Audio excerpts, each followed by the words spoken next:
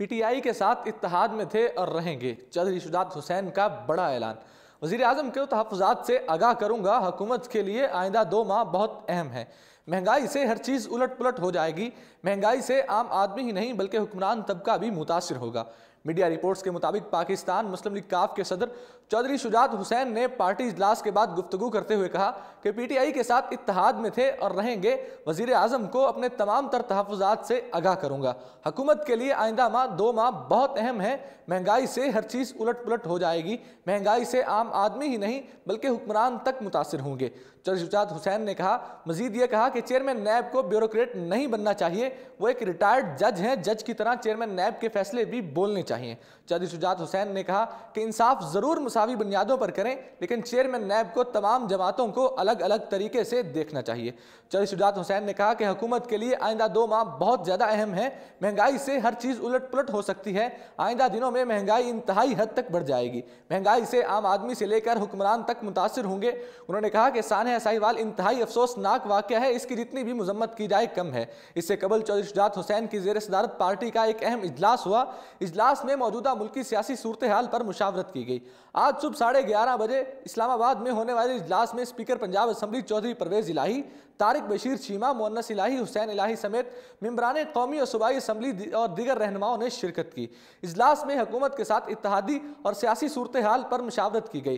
काफ league क़यादत ने मुशावरत के बाद तमाम तर तहफ़्फ़ुज़ात वज़ीर आज़म इमरान खान के सामने रखने का ऐलान किया।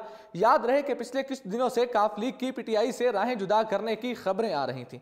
चंद रोज़ कबल वफाकी वज़ीर इत्तलात फवाद चौधरी ने काफ लीग में फॉरवर्ड ब्लॉक बनाने की बात करते हुए कहा था कि यह हमारी मेहरबानी है कि हमने काफ लीग में फॉरवर्ड ब्लॉक नहीं बनाया, जिस पर काफ लीग की जानिब से बड़ा सख्त रद्द अमल सामने आया था और पाकिस्तान मुस्लिम लीग काफ की जानिब से इत्तेहाद ख़त्म करने की बात भी की गई थी। मुस्लिम लीग काफ के सेक्रेटरी इत्तलात कामल अली आगा की जानिब से यह कहा गया था कि अगर ऐसा ही रहा तो पीटीआई से इत्तेहाद ख़त्म भी किया जा सकता है। मुस्लिम लीग काफ के इस रद्द अमल पर फवाद चौधरी ने मुअन्नस इलाही से माजरत भी की थी। माजरत करते हुए फवाद चौधरी का कहना था कि काफ लीग का नाम गलती से निकल गया।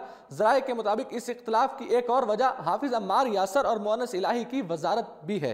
काफ लीग ये चाहती है कि मुअन्नस इलाही को भी वफाकी काबीना में शामिल किया जाए। इस सूरत हाल के बाद ये चहमगोइयाँ शुरू हो गई थी कि काफ लीग और पीटीआई का इत्तेहाद भी टूटने वाला है और मुस्लिम लीग नून की जानिब से पाकिस्तान मुस्लिम लीग काफ से रब्ता किया गया और चौधरी परवेज़ इलाही को वजारत आला की पेशकश भी की गई, जो पेशकश स्पीकर पंजाब असम्बली की जानिब से ठुकरा दी गई।